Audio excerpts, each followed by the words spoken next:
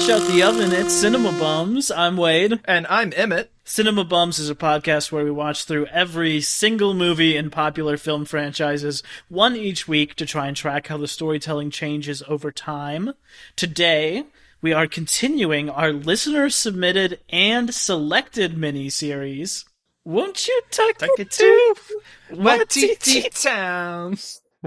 Covering every film directed by Taika Waititi, we will fully spoil today's film, Boy, but we will not spoil any future entries in the series. Emmett, how are you doing? I'm doing pretty well. Trying to keep warm on this frigid evening here. Mm-hmm. How about you, Wayne? I'm doing good. We're doing a little late night record. Oh, yeah. It is 9:22 p.m. on Earth, and we are here for all your listener questions. Yeah. And get this, it feels just like the good old days to me because I didn't just watch the movie that we're about to talk about, but I did just watch another movie in this series. So it's like coming hot off of a movie into recording. Did you watch What We Do in the Shadows? I did. I opted, instead of doing what you did, to wake up at 9 a.m. tomorrow and watch it. Have you ever seen it before? I did. I saw it in college once, but I haven't seen it. I don't remember too much of it. Okay. I will say I had seen it multiple times before, and it still slaps. Very excited to talk about that. But we're going to talk about something different today first, and we are honored to have a special guest here to discuss Boy. We are very lucky to be joined by a boy. Returning to the pod, please welcome Patrick J. Turner Jr. Oh, man. Thank you. Thank you. I am a boy. I am returning to the pod. It's an honor to return to the pod, might I say. It's an honor to have you back. Yeah. Especially to talk about today's movie. Boy, I mean, what a movie.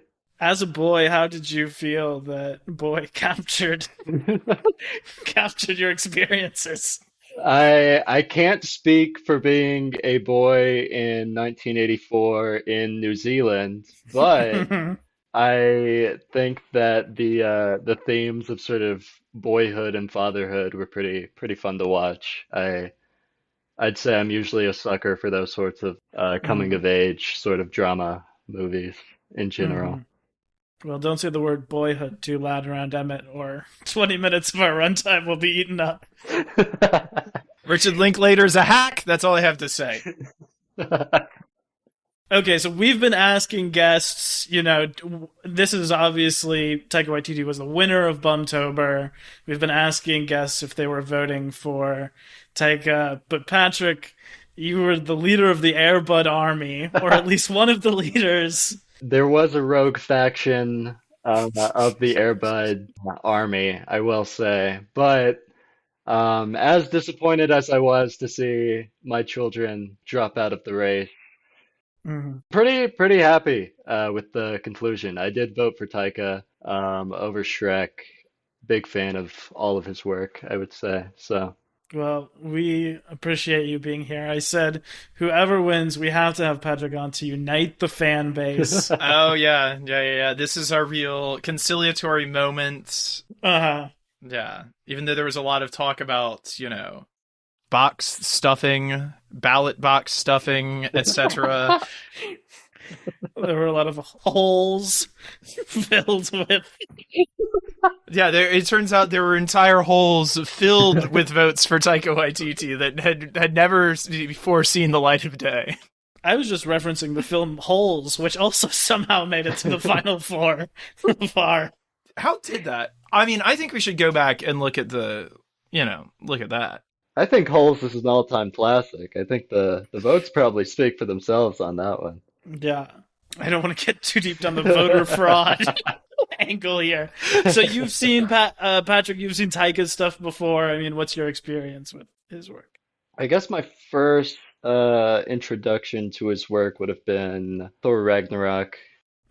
Pretty great. But then I watched What We Do in the Shadows, both the movie and the TV show, and I'm a big fan of those. I've made a practice out of watching the show on Hulu with my roommate, and it's always Always a good time. And Taika directs some of those episodes too, I think. Yeah, I mean you gotta love those vampires. We do. We certainly do here on Cinema Bums. We love our Who vampires. loves the vampires?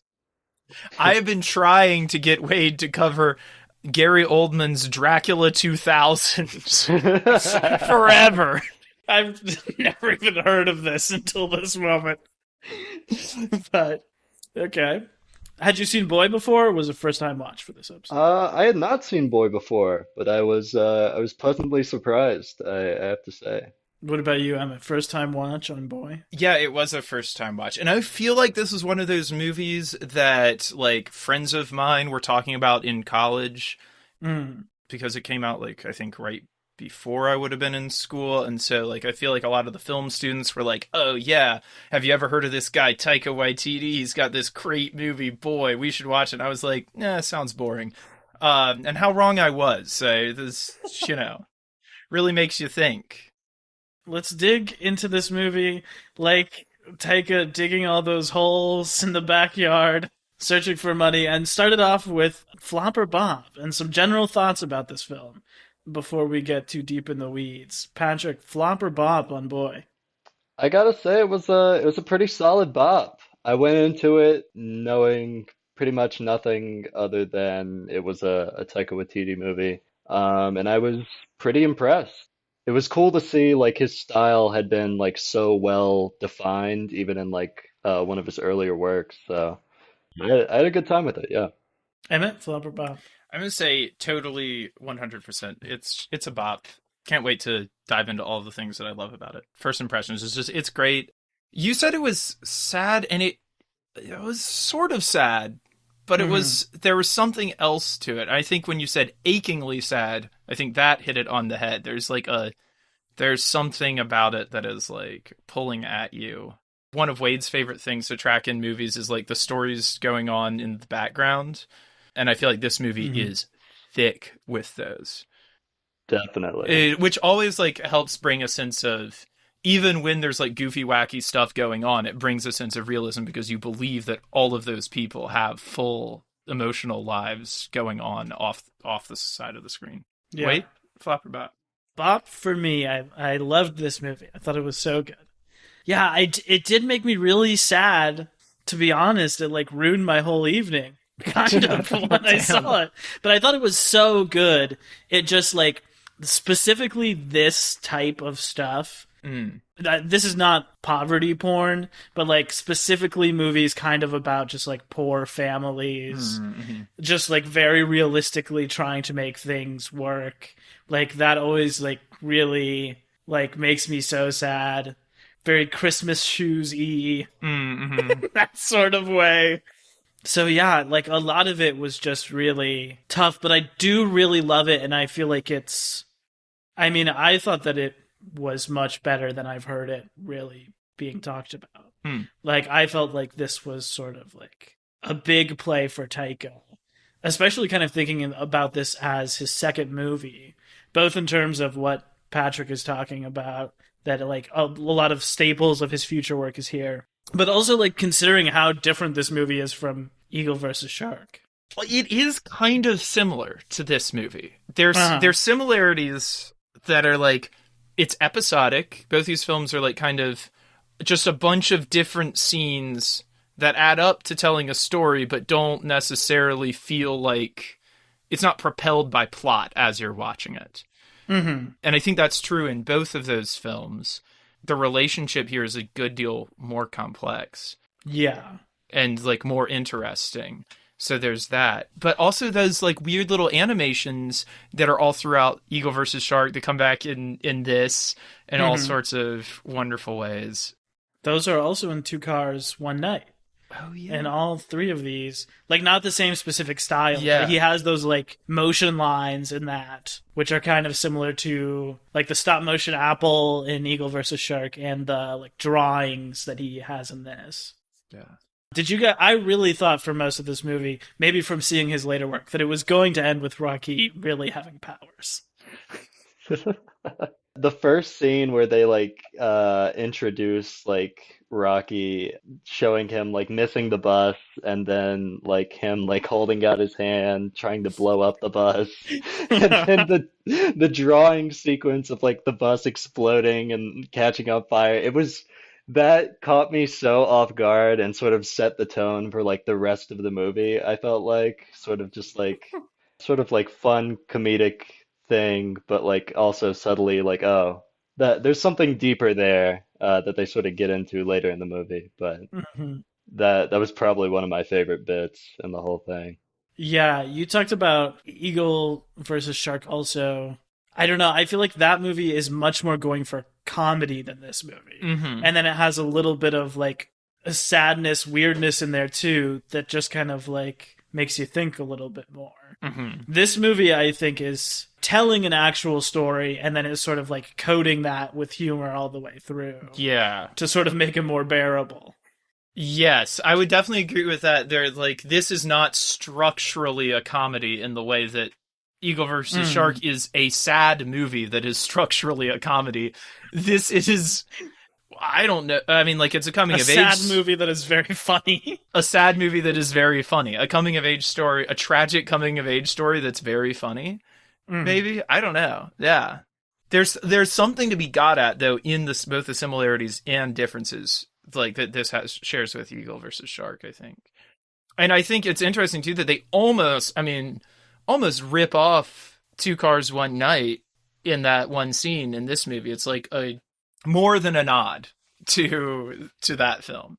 It may not surprise you guys to learn this, but I read that he started writing this movie after Two Cars One Night Oh. to be his first film. He actually workshopped it at the Sundance Lab. And then I think that he said he wanted something that was less dramatic and more comedic.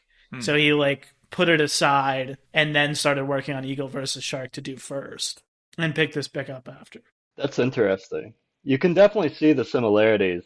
There are multiple scenes that are just sort of Two Cars One Night extended edition. Even the relationship of the brothers is sort of the same as Yeah. Two Cars One Night. So this is the second film written and directed by Taika Waititi. He's the only credited writer-director. The score is by local Wellington band, the Phoenix Foundation, who also did the score for his first movie. It runs 1 hour and 28 minutes, which we love to see. Taika, our short king. I mean, really, if Taika can deliver a movie that has every range of the emotional spectrum in less than 90 minutes, why am I logging on to the internet and reading the Batman is going to be 3 hours long, reading No Time to Die 2 hours and 52 minutes? Why are we over-delivering when you can wrap it up so easily? That's what I'd like to know. How long is Thor Ragnarok? That's what I'd like to know. Ooh, that is a good question. Because it's part of the series thing that in every series movie, you have to finish up the story you were telling in the last movie, start telling tell the story that you're telling in this movie, and then start telling the story that you're going to be telling in the next movie. Yeah. And in this sort of a movie, you don't have to do any of those things. And so he just kind of gets to be short and sweet. 2 hours and 10 minutes. So he's practically doing the very short version of a Marvel movie when he does that, right? Like in all practical Yeah, kind terms, of. he's doing an 85-minute feature when he does an 2 hour and 10-minute Marvel film. Yeah, and that's the only one of his movies that is more than 2 hours. Even Jojo Rabbit is not. It's like- Yeah, Jojo Rabbit I think is the second longest, but it's still under 2 hours. I think it's interesting too that this film nods presciently both to Hitler and to the Hulk. It's obviously two characters who will stay on Taika's mind for the next several years. Seemed almost a bit prophetic in that sense. Yeah. I mean, he brings them up multiple times. There's an interesting wrinkle there because he didn't direct a Hulk movie, you know? He directed True. a Thor movie that he chose to put Hulk into. And make about Hulk. That's a character that has been on his mind. is what I think you see here. Thor Yeah. Ragnarok is basically Hulk 2. If you squint, parts of it are. I mean, I think that movie also has the only nudity in the entire MCU when you see Hulk naked. Hulk's naked buns. I completely forgot about that until now. So I thank see you. it every night when I close my eyes. I think even the fact that this movie has like a mid credits and a post credits scene are kind of hinting at the Marvel stuff in some ways. Oh yeah. But yeah, lots of little nods to his. I thought that was really cool too. And I just want to highlight this was released March 25th, 2010 in New Zealand, 3 years after his first movie, which was 3 years after Two Cars, One Night, which got him the Oscar nom. And then it's another 5 years until What We Do in the Shadows comes out in America. So there you can sort of see like he took his time, and I feel like that like cult status of him, like what you were talking about, Emmett, that people were talking about this movie makes sense when you consider there was so long between his output. Yeah. Yeah. And we were sort of getting it like in radio waves over here in America too. Like it didn't come out right away, Yeah. No budget or box office for this because it was once again funded by the New Zealand Film Commission, funded by the government. But it was, at the time, the highest grossing New Zealand movie. Right. So, like, the film that had been made in New Zealand that made the most money in New Zealand was this movie the year it came out. Well received, 70 on Metacritic versus Eagle versus Shark, 55. So, also, when you combine the two names, it's Eagle versus Shark Boy. Oh, that's good. What do you think he's trying to tell us here? I think he's going to be doing the Shark Boy versus Lava Girl threequel that we have all been waiting for, where Taylor Lautner is finally unmasked once more. Have you seen any of the Shark Boy versus Lava Girl movies, Patrick? I have seen the first one more times than I would care to talk about here. Uh, we can get into that on a different podcast maybe. But yes, it constantly played on public access television when I was growing up, and I could probably recite far more lines from that movie than I would care to admit as well. But you haven't seen the sequel? No, I have heard about it. I don't think I want to.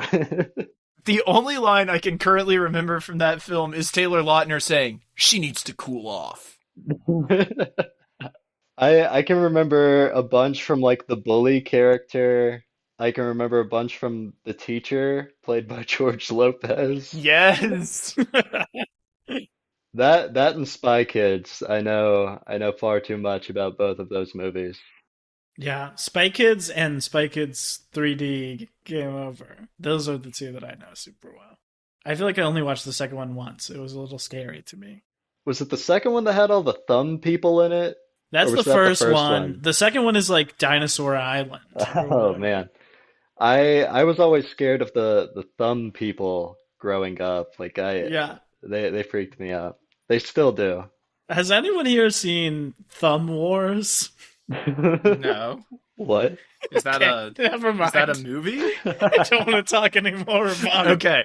All right.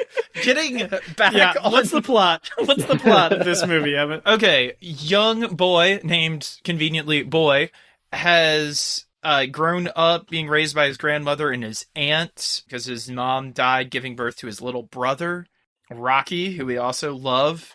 He's made up lots of amazing stories about his dad, who is some sort of hero, he thinks, probably. And then when his dad shows up, having either busted out or bailed out of prison, it's not ever really 100% clear.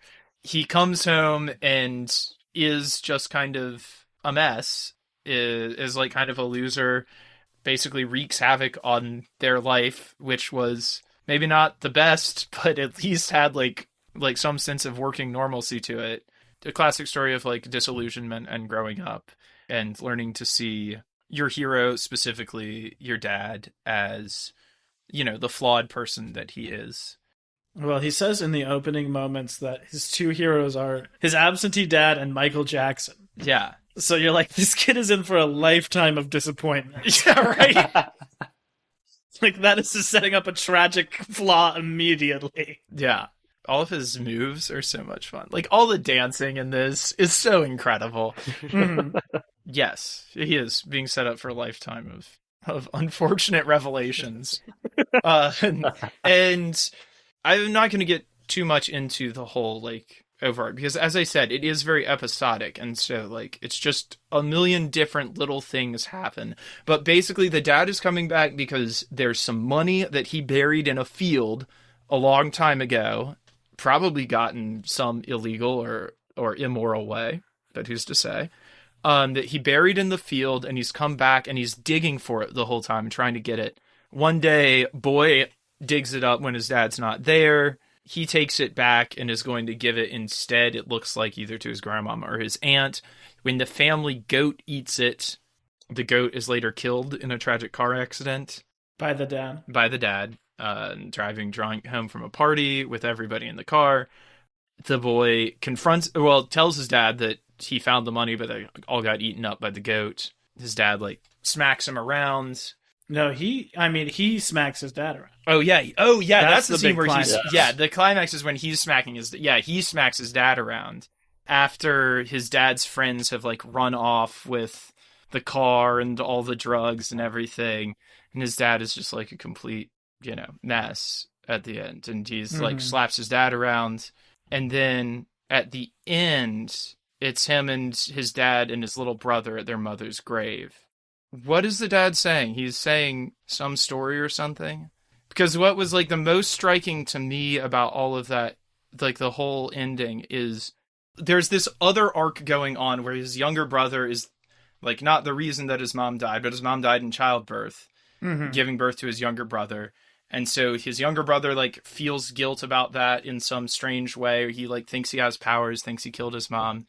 And it seems like the dad doesn't want anything to do with that kid at all, and that might be why. And then at the very end, he seems to make, like, some gesture of acceptance, and there's just this, like, look that you get from Boy of, like, seeing him and knowing who he is, and that's, like, what we end with, which I think is really interesting.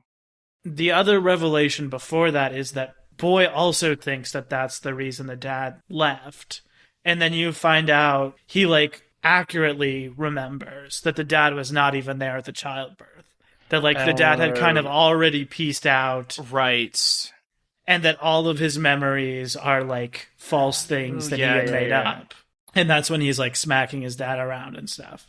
And the ending, tell me if this is correct, Patrick. I believe it is that he has sort of just covered for the dad who has run off again and told the little brother that he went to Japan, like, giving the little brother the story that the dad is cool actually and you don't need to worry, like, protecting him in the way that he used to be protected. That's what it is. And then when they do see the dad and they do have that moment all together at the mom's grave, the little brother asks, "How was Japan?" And the dad, like, knowingly looks at Boy, knowing that he's covered for him, basically. Yeah.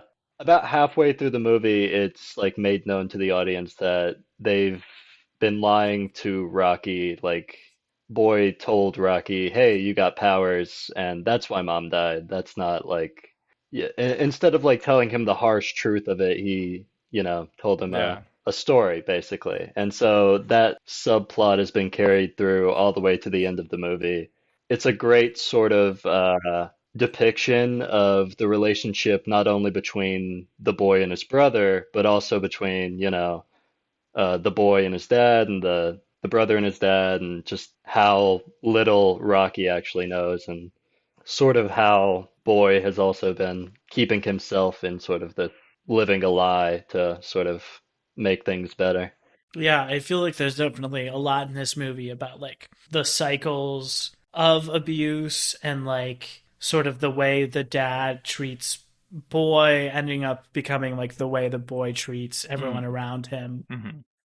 The movie is set, they say, over a week, I think, or it's supposed to be a week that the grandma has gone to a funeral. Okay. And so Boy is, like, the one kid who's watching all the others because he's the oldest of the 6 children, his brother and his 4 cousins who are in this house, all being raised by their grandma.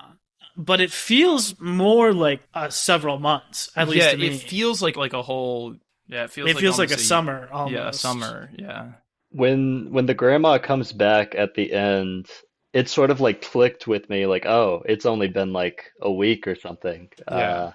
But I mean, it definitely feels like a significantly longer amount of time, like a month at least, a summer, like you said. I mean, feels like a very like summer movie, I feel like. He's also, I mean, tracking some of the other themes. He's also a Maori kid. He's living on a reservation there in New Zealand. Mm-hmm. And so that kind of tracks back to some of the other, to Taika's own life and like some of the other things we've seen in the other 2 movies. Yeah. I hear what you're saying about that. Like, it's hard to see those like realistic depictions of families in, financial straits like that.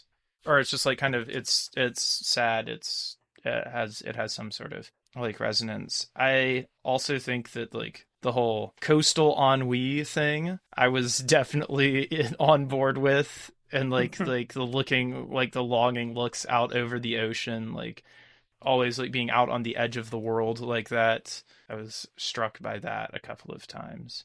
Even the fact that his like greatest love is Michael Jackson, which is sort of like an imported thing from another culture. You know? It's from so far away. Which I guess in 1984, that's a different thing because he was the biggest thing in the world ever at that time. So yeah, but yeah, it is interesting that it's like an American pop star that's going to be his.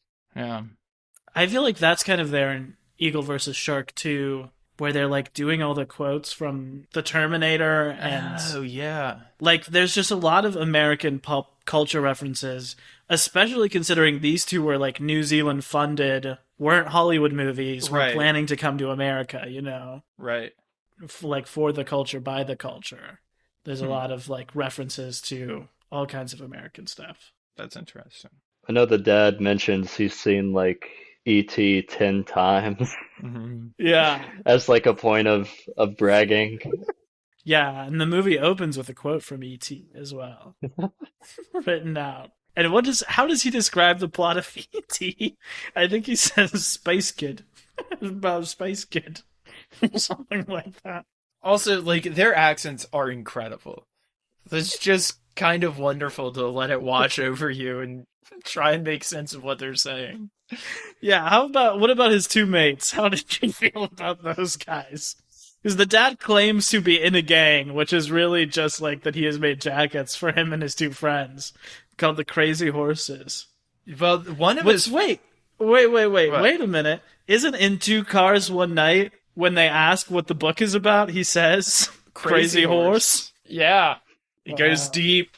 Goes deep with Taika. Deep connection. The one guy of his 2 friends is the same actor, I think, who played either the brother or the computer hacker friend in Eagle versus Shark. I can't remember. Oh, okay. And he shows up again in What We Do in the Shadows in a small role. So he might be one of his friends from the old New Zealand, what was it, the improv gang in New Zealand that they had? Yeah. Also, I just wanted to talk about what an incredible performance this is from Taika as both director and co-lead in this film. Mm-hmm. I feel like he is already in this so well formed as both a director and an actor. He is really in that role, for one thing. He's like in it 100%, is not afraid to make that guy look like an asshole, which he is, but like isn't like worried about, like it just isn't worried about it. It was just like going for it, looking ridiculous, looking mean and cruel and dumb and hilarious, all of the different things. And then also having like such a tight like visual eye on the movie. There's a scene that especially spoke to me of like the 3 kids across from the 3 gang, like the dad and the 2 gang members across from each other in the table. And like that scene where Boy's on the whole scene where Boy's on the bridge and then goes over backwards and like falls off. But like that whole sequence and just all of the weird like far background, midground, foreground stuff during all the hole digging, where they've got a whole scene being played all the way down, like all the way down the depth of it, instead of like across the screen, which is just not usually how you see it. And just like all sorts of interesting uses like that, beyond just like the little animation stuff. And, you know, obviously his kind of like wacky, absurd voice in the writing, but like it's all there. It's like all there in every aspect. Mm-hmm. And like, even when you said the thing about him going back and remembering, I hadn't caught that the first time, that he isn't in like the second string of memories. Like the dad isn't in the second string of memories, but that makes like a lot more sense. And it's like, it's stuff like that. I don't know. Those little things that are hints, as often happens when confronted with an excellent film, like a truly like 5-star film. Uh-huh. There's little to say about it other than go watch it. To that point, Emmett, I feel like maybe more than anyone we've ever covered, in the best way, there isn't much growth to track with Taika. There is in terms of scale and budgets and filmmaking technique, but in terms of like, when you watch Two Cars One Night, you're like, that's Taika. Yeah. Like, that's the first thing he ever did, but you're like, that's Jojo Rabbit. That's Thor Ragnarok. You know, like, it kind of came fully formed. I do think, like, the style of it evolves, but there is so much of him here that is, like, fully formed in his second movie. And I feel like we take it for granted with him specifically, but, like, so many great child performances in this movie. Yeah. I hadn't even thought about it, but I mean, truly, like, for a large chunk of the cast being child actors, they did an incredible job. I don't think there was a single one that I could say didn't do very, very well. I mean, they're all young too. Like, Boy is the oldest, and he's 11, and was 11 in real life when they were filming this. Yeah, he's got that cousin who seems to be about his same age, a younger brother, and then the 2 little baby cousins, and then all his school friends, and all of them putting in great performances. Even like those babies, and there's like one shot of the babies just like doing something. You're like, oh my god, they're acting exactly like babies act. That's incredible. The babies are so cute. They are. They really are. He also has a crush on a girl named Chardonnay. Oh yeah, that's excellent. Talk about that. Is very good. And then this other girl, Dynasty, has a little crush on him. I feel like as an adult, you're like, oh, that should be your little girlfriend. She's much better than Chardonnay. But in the moment, of course, he doesn't know that. That's just like one of his friends, you know. He doesn't let her play with the sprinkler, but he lets Chardonnay do it right away. Mm. There's that moment in the blown out house towards the end where he like goes, they're like framed together in some interesting way of him and the other girl, not Chardonnay. I'm blanking on the other girl's name. Dynasty? Is that Dynasty is her name? Yeah, it's the friend girl. There's some interesting thing there. That scene was very interesting in the fact that there was basically nothing said. That was basically the part of the movie where you would think, oh yeah, a boy's gonna go like apologize to her and say, hey, sorry, I've been a bad friend and all. Yeah. But he doesn't say anything. He just like gives her a sparkler. The directing there is so strong, it just carries the whole thing where they don't have to say anything. It's just very, very well done. Yeah. How did we feel about the subplot of the brother and the weirdo? I think it's really sweet. I think it's really tender. There's this old, maybe, I guess he's not homeless because we see he's got a trailer up underneath the bridge. But he's just like this old dude.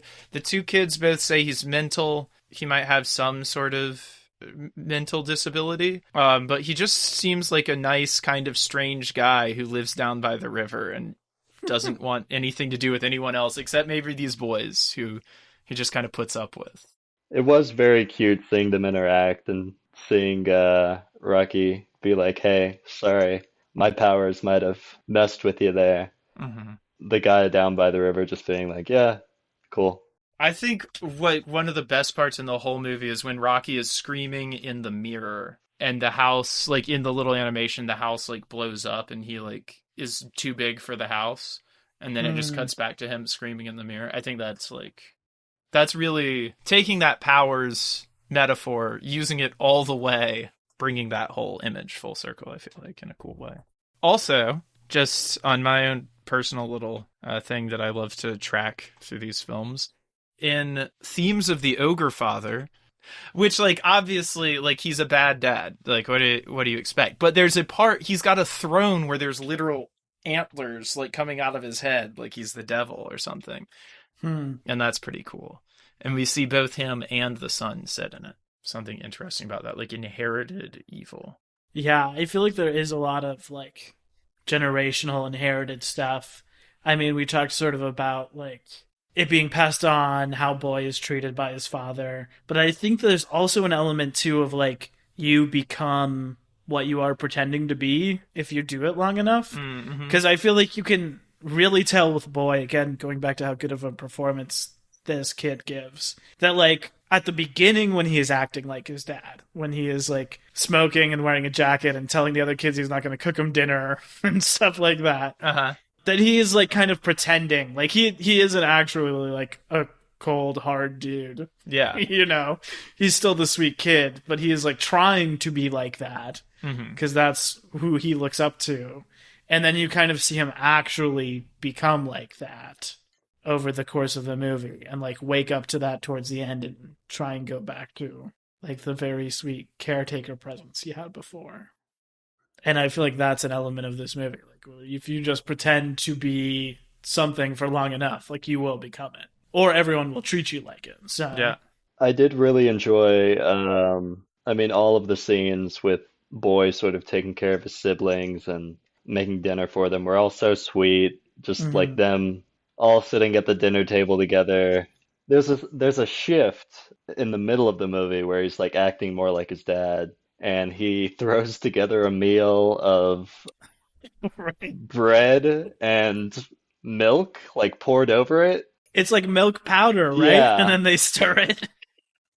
All of his siblings just look at him like, that's it?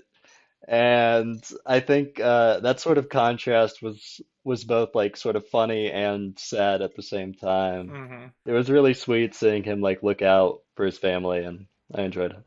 I feel like a lot of that movie is this, like, funny and sad at the same time. And I feel kind of too, as in Jojo Rabbit, the sadness is kind of mitigated because you've got the funniest actor playing the worst character. Right. Yeah. Because Taika is just, like, so magnetic. And again, like in Eagle versus Shark, wearing a ridiculous hairpiece. Yeah. That it, like, makes that character so much more bearable. Yeah. Because you love spending time with him. In a good way. Not in a way that I think, or redeems the actions of him. Just in a way that, like, makes it a better movie. Right. Watch. He somehow manages to balance being both incredibly funny and so unlikable at the same time. Like, I would hate to be around him, but man, is he fun to watch. I mean, also the whole crux of this movie, like, a small little detail I love, is that he's trying to find the money, and we find out the money is $880, which is in New Zealand dollars, so that's, like, converted about $600 US, which is a lot of money when you have no money, but, like, to uproot your life plans to come back home and see your children for the first time in 6 years. that is assuming he had life plans to Sure. uproot in the first place. To I uproot mean, whatever he was doing before this to try and get $600 felt very accurate. Yeah. I love the joke too that they're all just named after places on the map. They're just named after, like, different cities and stuff. Except one of them is named Michael Jackson. Yeah, I was really wondering when I watched this, like, how personal of a movie it was for Taika, because we know that he had, like, a Maori father. I know that his parents split up when he was little. So I tried to do some research. He didn't really talk about it a lot at the time. But I found an interview he gave in 2019, which was 4 years after his father passed away in 2015, where he said that, like, the movie was very biographical. He said he grew up living with his mother in Wellington, and they were very poor. He said that their, like, family dream his entire life growing up was to have a microwave. Wow. So that is kind of taken from this movie where the dad shows up with a microwave, being, like, the coolest thing in the world. But he would, like, go and visit where his father lived on the East Coast, which I think was very similar to where they live in this movie. And that's sort of where that is taken from. And he also said that his father was one of the founding members of the New Zealand biker gang Satan's Slaves. Wow. What a name. Wow.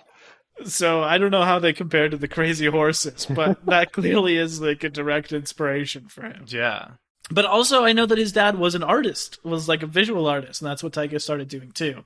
So I would imagine that he maybe was closer to Taika's portrayal here than to what you picture when you think Satan slaves, you know?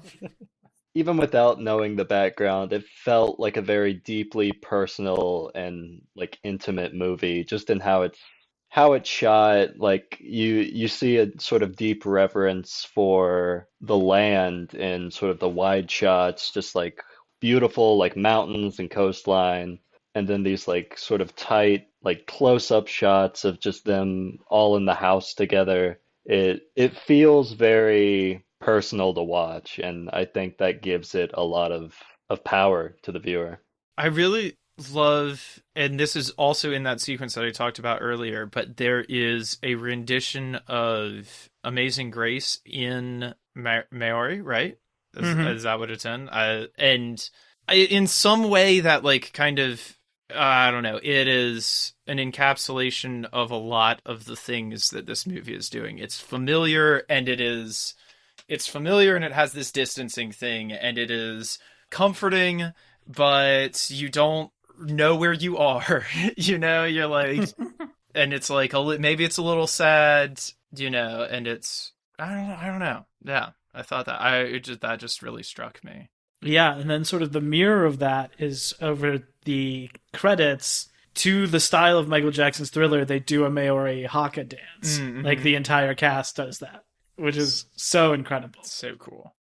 Okay, well, one of the segments that we're doing each week for Taika is the House Report, where we talk about Rachel House, who is in every one of his movies. In this, she plays the auntie, okay, who presumably who they say has every job in town. There's a great little montage of her doing all the different jobs, and then she tells Boy to get a job, and he says, "You've got them all."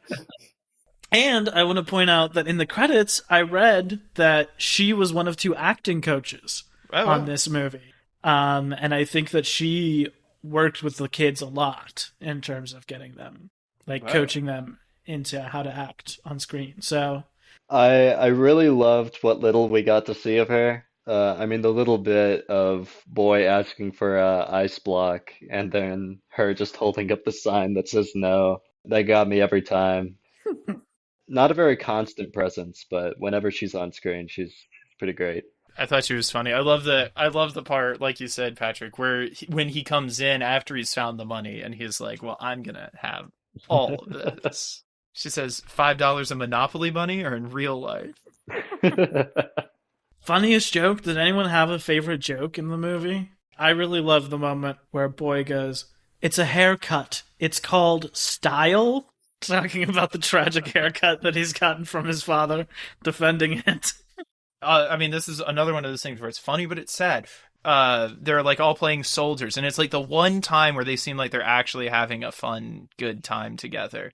And he decides to like shoot his dad, and then his dad trips over something, which is also this other thing this movie is doing is like, does Rocky have powers? He might. And then Rocky feels really, like, seems like he's messed up about it. And he also seems like a far less violent and, like, into the whole, like, aggressive hoodluming than the other 2. Well, he seems like the sweetest, which is what makes it so potentially heartbreaking when they're in the 2 cars one night sort of scene when he's like, "I want to get to know Dad too. Like, I'm like him too." And you sort of know the path he's being set up for. And then I feel like what they see that night with them getting beat up and then killing Leaf sort of like dissuades him of that. Yeah.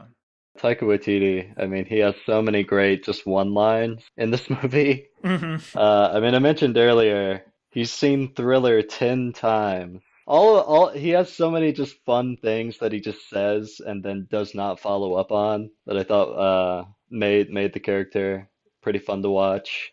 I gotta say though, my favorite like funny thing throughout the whole movie was just all of the fun like dance numbers. Mm.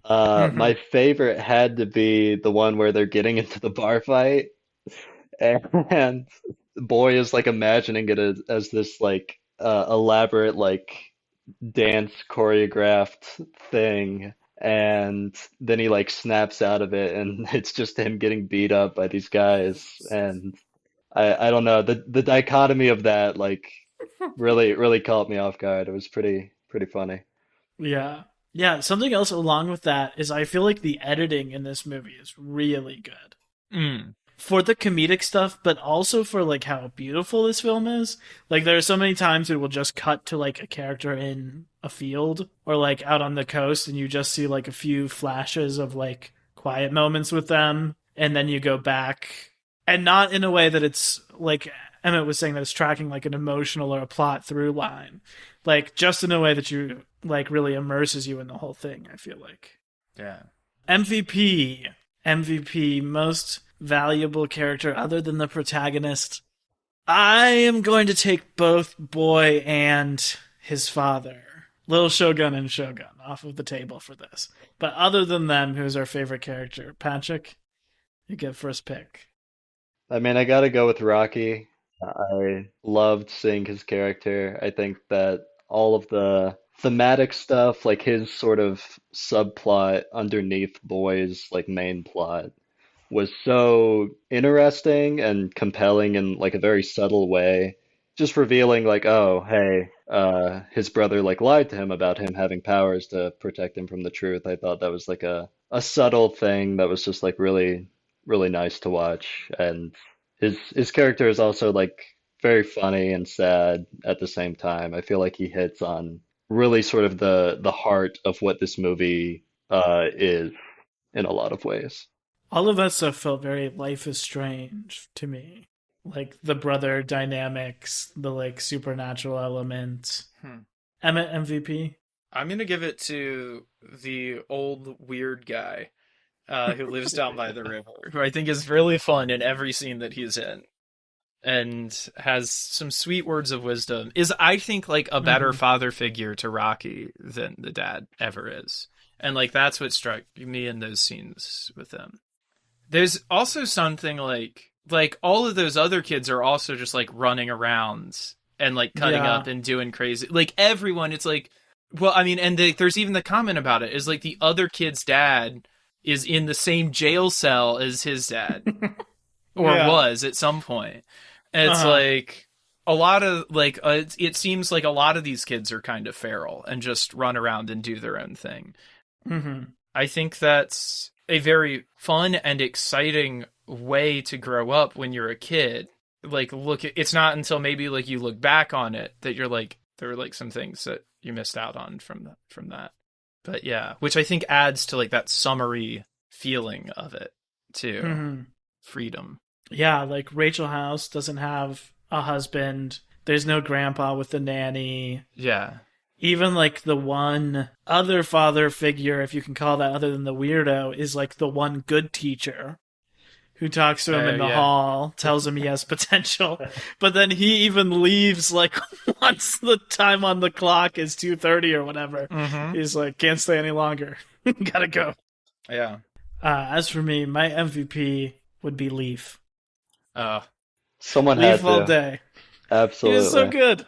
I was so sad Ugh. when they ran him over and the dad was like, "It's just a stupid dog," and was just like, "Get back in the car." Oh man, it got me. It was truly Yeah. heartbreaking. And then they go out later and like drag his body home to Mm. bury him, which you mhm. see like in the night when their father can't see. I mean, the movie was already like very sad for me and I loved Leaf and then when that happened it was too much. Truly was too much. Damn. Okay, let's do some final thoughts. Final thoughts about Boy and then we'll get into a quiz which I'm very excited for this week. Oh, hey, another great joke. When the dad kills someone with a spoon, Oh yeah. he wasted them with a spoon. I really enjoyed all of those earlier in the movie and later on in the movie too. All of the scenes of just sort of the boy daydreaming about the possible like Hmm. things his dad has done. A lot of effort went into those just for a single shot of like Taika standing in like full scuba gear that gets used maybe like once or twice in the whole movie. There's like the whole like black and white like samurai scene. Mm. Yeah. There's the black and white like prison escape scene. Like it, all Hmm. of those were very funny like cutaway jokes, and I felt like they really added to the comedy and sort of setting up the world and setting up the boy's idea of who his dad is, only for it to immediately be broken down when he shows up. Really fun to just see sort of the gradual sort of realization that, oh, my dad kind of sucks, and now I do too because I'm acting like him. It was very compelling to watch, and I thought it was very well done. I had a good time with it. Okay, I have a couple of thoughts. I'm trying to like make them make sense. Basically, I think that if an American had made this movie, it would have been terrible. And I think that it's because it wouldn't have been funny. And it Mm. just would have been like, it would have been the same story as this movie, but it would have been just the sad parts. And we wouldn't have gotten that dreamy part either. Because what I think is really interesting that Taika did in the last movie and in this one, and then we get to talk about this again in a like new twist on it in the next one we talk about, but is a sense of film gives you the idea, like at first, it gives you the sense of objectivity, right? Because it's like images of things that have already happened are being presented to you. But like what's excellent about film and like what makes the greatest films is like subjectivity and putting you in the headspace of the characters and like seeing through their eyes, which is the thing that theater can't do, that film can Mm. do better, is like putting you to see directly what they're seeing. And whether that means like a literal POV shot or whether it's just that dreaminess that kind of instills throughout this movie and throughout Eagle versus Shark, I think that subjectivity is really important in crafting something like, as we said, we've all talked about like how intimate and personal this movie feels and how like real all the characters feel. I think that plays into it somehow. It really is through that person's lens. And I think now about a lot of dramas or movies of like a similar story arc to this movie, which would be presented in a very like dry, matter of fact way. Like here's the with very little insight into what an individual character was, how the individual characters saw it. Rather, you'd see what they were feeling, but you wouldn't understand their whole vision for what was going on with them. And I feel like the Mm. same way that you do, you really get it with these. Yeah. Wait, thoughts? I'd like to come right out of the gate and apologize for saying that Taika Waititi sometimes felt like Wes Anderson to me on our past episode. Because I think like having now seen this and like gotten back fully immersed into his thing, like he has such a unique voice. And it is like whimsical in some ways, like Wes Anderson. And in Eagle versus Shark, there is much more of that symmetry. That is really kind of gone in the later movies in terms of like similar visual style. But I feel like this movie in particular, I was really blown away by. I agree with what Emmett said. Like, you should watch it. That is the main thing you should take away from this conversation, especially if you like Jojo Rabbit, because I think it feels very similar. And a lot of people I know like Jojo Rabbit and probably haven't seen this, like me. I think it was ahead of its time a little bit in a couple different ways. On one way, I think like because of the reputation Taika has now, like I think if this movie came out this year, it would win Best Picture. Mm. Genuinely. The fact that Taika is now like popular enough to have won over, you know, all these other series in our Bumtober. If someone was like, Taika Waititi has made a movie about his childhood and it's like set on the coast of New Zealand and he's playing his own father and it's like a comedy drama about like the things the children go through. Money in the Bank, Best Picture. Yeah, And this movie is so good and so beautiful and like yearning in that way too, that it feels the most like prestige drama-y, but it also is so funny and approachable that you aren't thinking about that much because it is his unique voice. And also, I think it's a little ahead of its time on the 80s nostalgia. Because I'm thinking about other 2010 movies, and two others comes to mind that I think were also sort of written off in the moment because they were too early. I'm thinking of Super 8 by J.J. Abrams, which if you haven't seen it, is Stranger Things. Yeah. It just came out 5 years earlier, and so 80s nostalgia was not really a thing in the exact same way. Yeah. So, like, people didn't pay attention. And I'm thinking of Tron Legacy, which is sort of the blueprint for all of the Legacy sequels. Like, it's about a new person going in and, like, meeting the Legacy characters of the original Tron. And, like, it also is kind of a soft reboot of the first movie where it's repeating a lot of the sequences. You know, like, that is absolutely setting the template for The Force Awakens and Jurassic World and stuff. But, again, I don't think in 2010 the moment was not exactly right where people were like, give me all of my 80s properties again, please. And I feel like this movie is just like a little bit ahead of that curve, you know? Yeah. But I think it has truly like aged exceptionally. I think it's so good. Go out and watch it. I'm very happy to have watched it for this podcast, and I can't wait to watch the sequel, Boys 2 Men.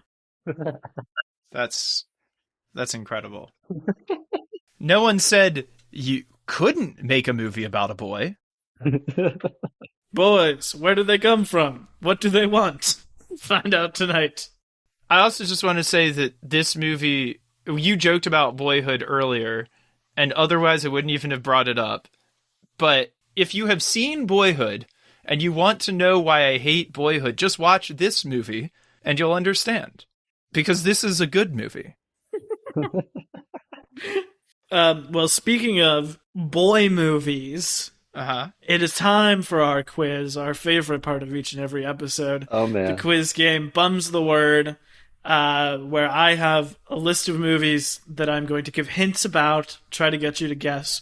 Whoever guesses the most correctly wins. What ties all of these movies I have here today together is that they all contain the word boy in the title. Okay. And let me tell you, I had more than I could have ever imagined. Really? Yes, many more than even made this list. But I have here 11 movies that all contain the word boy in the title. And I'll say that in some of them there's more than one boy. I want to get that out of the way to begin with. So, okay. Okay, everyone ready? Ready. Film number 1 is a 1995 action movie. This is the first movie from sort of an infamous, very popular but very memeable director. Wait, is this Bad Boys? This is Bad Boys. 1 point for Emmett. Well done. The directorial debut of Michael Bay, Bad Boys. Wow. Let the Bayhim commence. Okay, film number 2 is a 2019 comedy. What to say about this movie that also stars a lot of child actors? This is a movie where the main characters are all children, but they're doing things that children should not. That's where the comedy comes into play. Is this an animated film? Nope, this is a live-action film. And you said 2019? Yes, 2019, a recent film.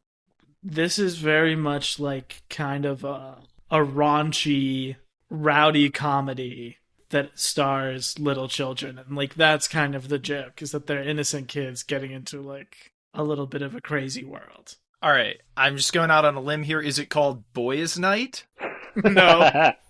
It's a good guess, though. Is it Bad Boys 2?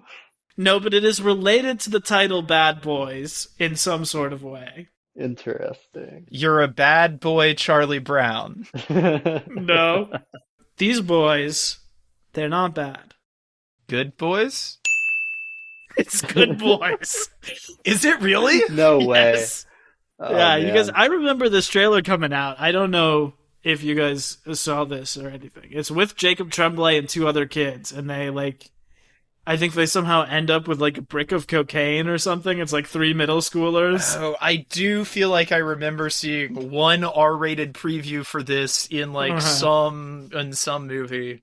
God, back when we used to go to things in theaters, see R-rated previews for things. So exciting.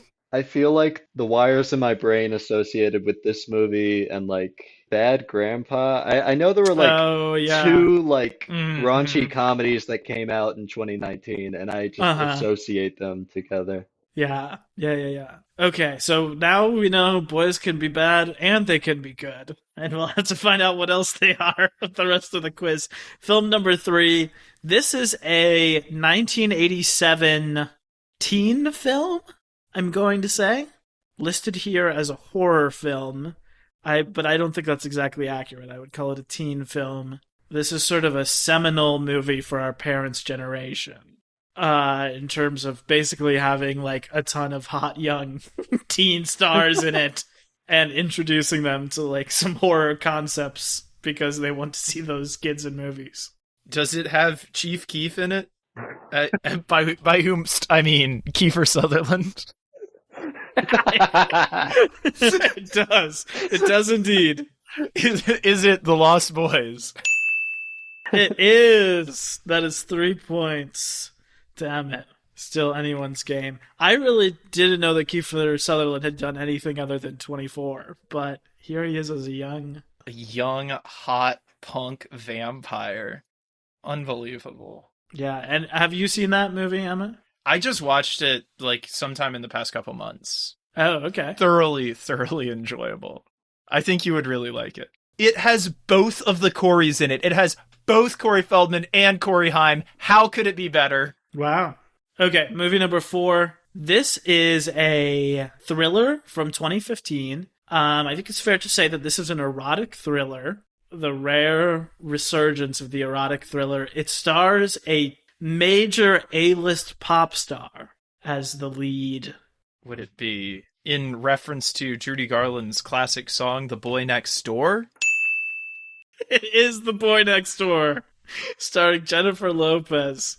Wow, Emma, you're absolutely crushing this quiz. I don't know very many boys, I'll be honest with you. Movie number 5. And this is a classic American film. In all seriousness, this is a 1991 coming-of-age film. Yeah, it's about a group of boys growing up, and some of them go down better paths than others. It is from a very famous but perhaps underappreciated auteur director. This is his first movie, and he was nominated for Best Director, becoming the youngest person to ever be nominated for Best Director for his first film out of film school Wow. with this movie. Is it Stand Boy Me? The title is referring to Where the Boys Live, which is sort of what ties them all together. Boy House? Oh, is it Boys in the Hood? It is Boys in the Hood. That is 5 points to Emmett. No points to our dear guest Patrick. But we have 11 questions, so it is still anyone's game. Now with film number 6. This is a 2008 historical film based on a 2006 novel. It's a World War II movie.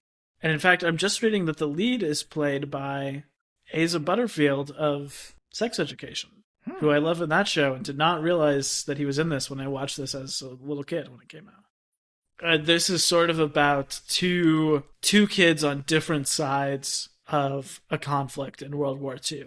The boy in the striped pajamas? Is that That's it? correct. Oh my god.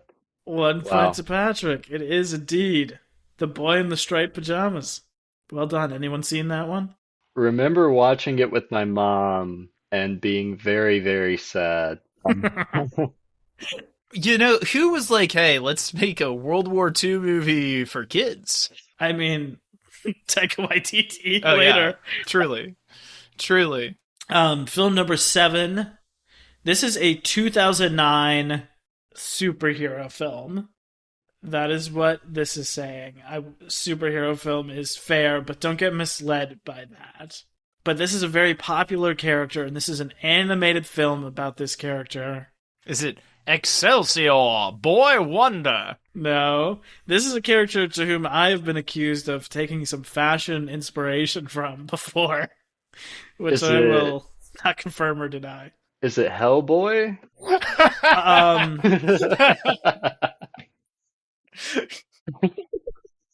Wade taking fashion inspo from Ron Perlman is the best thing I've ever heard. it is not Hellboy, but Hellboy was movie number 9 on the list, and I'm going to go ahead and give it to you, Patrick. I'm going to preemptively give you Guillermo del Toro's Hellboy. No, this is another character. You guys have both seen this character, you know this character, but maybe did not grow up like watching his stuff specifically. It's not based on a comic. This is a superhero from a manga. Oh. Astro Boy? Yes. Damn. Nice. Astro Boy. That is 3 Patrick, 5 Emmett. Well done. Best guess I had for that was One Punch Boy. I don't think that's quite right. Okay, film number 8, I guess. I don't know, I've lost track. This is a 2014 coming-of-age film that's about a boy growing up. What else can I Is say it about this directed movie? by a complete hack? Well, that's truly a subjective Did answer. a certain sister of a certain actor that we love win an Oscar for this movie? Yes. Yes, I'm reading Patricia Arquette won Best Supporting Actress for this movie. Nothing against Emmett Patricia. hasn't said the title yet, so if Nothing anyone has a against- guess. Nothing against Patricia Arquette, but Boyhood sucked. I can't believe I got to say it 3 times on this episode. I wasn't going to deprive you of another chance to name drop Boyhood. We've had Boys in the Hood and now Boyhood. Okay, our penultimate film is a 2018 teen movie adapted from a 2014 very popular young adult novel. This is a movie that a lot of people said was better than it had to be. I haven't seen it, but I've always been kind of interested in seeing it. Better than it had to be. Well, it's like a teen movie to begin with, and then it's Uh-huh. also like a rom-com, which as we talked about with Nicole and Smith, don't really exist anymore. But this film brought it back in some ways. It came straight to Netflix. The title is a phrase, Is it I guess. Boy Oh Boy? No, it's not sort of a common phrase, but this is a movie about a young girl's diary, which has like gone missing. And is been it to all the leaked. boys I ever loved? All the boys I never kissed? All the I all the know boys I you- loved before? Yes. Okay. I unfortunately, as soon as you said came straight to Netflix, I thought of the classic Tall Girl. I know that goes completely Oh. against the topic of the quiz, but Tall Girl. Any Tall Girl fans in the house tonight? Is that Tall a Girl movie? 2, yes. It's not a good movie, but it's very funny. Tall Girl 2 is coming to Netflix soon. What is the premise of the movie? And how does it relate to its title exactly? It's about a girl who is tall and how that makes life hard for her. How tall are we talking? Like 6 foot, like fairly tall, but not outrageously tall, interestingly enough. Does she have a short best friend? Yes. I don't want to spoil Tall Girl for any potential listeners, but yes, there is a short best friend, and You know, I'm not afraid to say it on air. I've got love for a tall girl.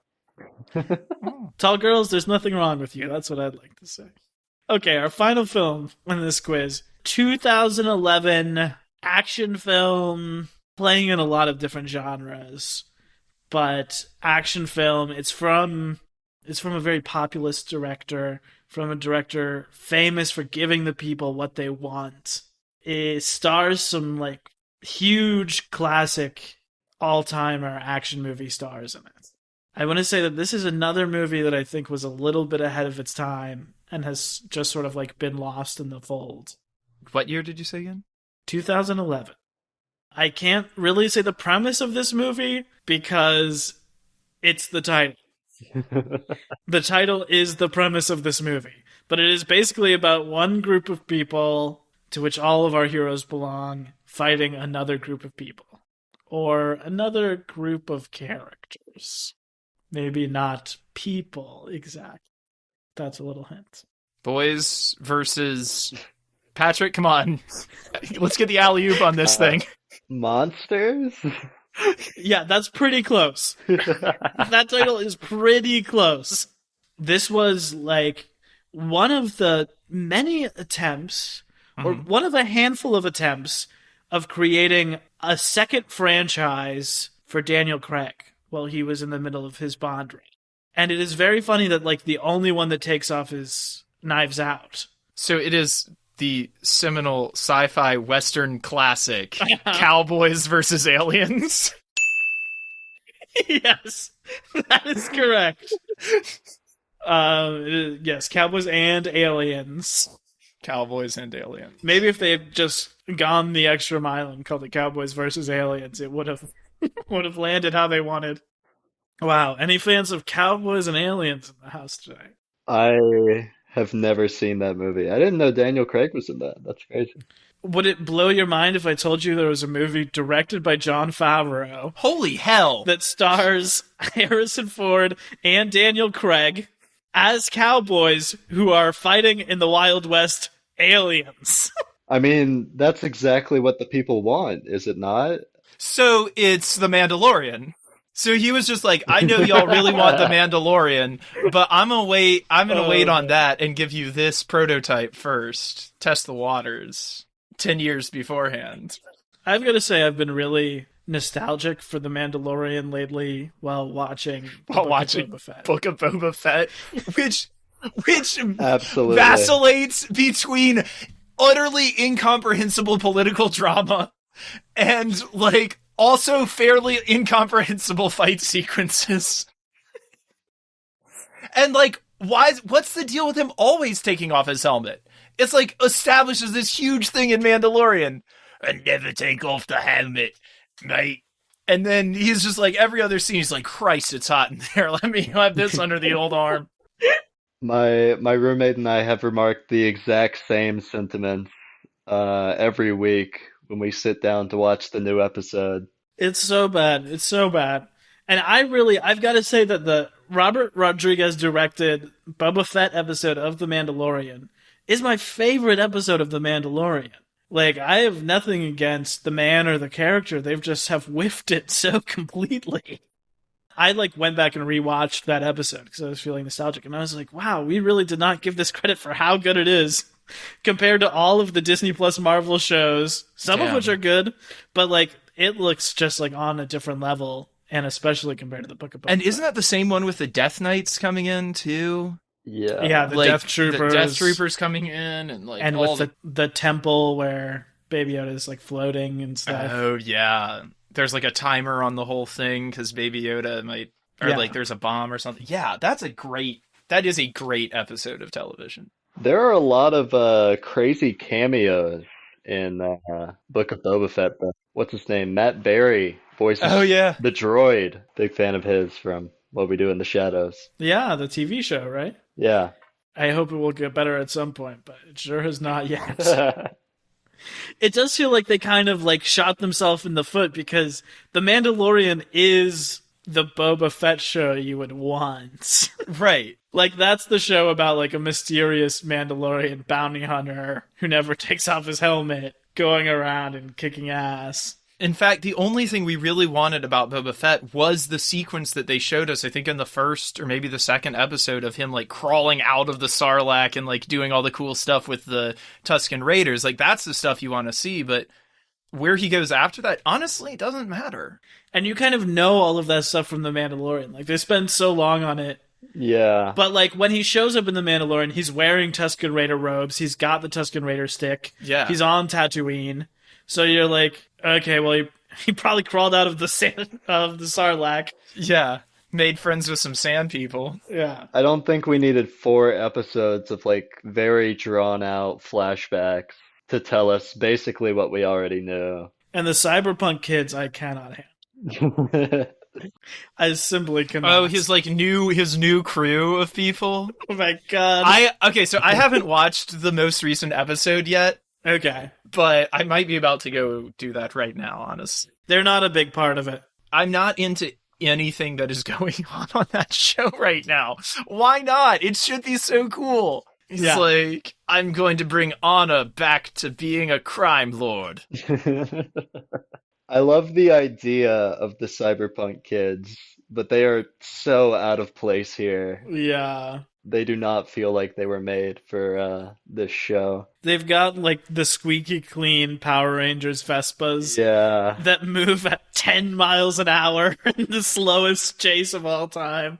God. Also, we're 4 episodes in. When's he gonna write the book? I haven't seen a chapter of this thing yet. Also, are there antagonists in this show? Like, is there a plot? Is anything happening yet? Another episode farther along than I am? No? The end of episode 4, there is still nothing happening. Oh, good. There is a promise made that we will see a character who we like next week. Okay. To do what, for what purpose, against whom, still unclear. Okay. Good.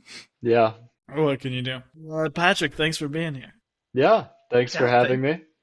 Always Thanks a great so time much. to have you on. It was a joy talking about Boy with you boys, I have to say. Where can the people find you online? And anything you want to plug while you're here? You can still find me at my YouTube channel. I haven't made anything in a hot minute, but maybe soon? I don't know. There's maybe some stuff in the works. We will see. But all of my great older work is there if you care to peruse the vault. Other than that, I'm out here. You can see me on the street. Patrick said, catch me on the court. You want to find me. You guys know where to find me.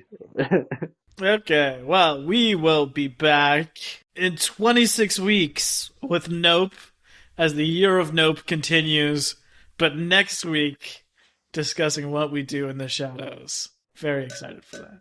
Well, thank you so much, Patrick. Everybody, thank you as ever for listening, and stay frosted.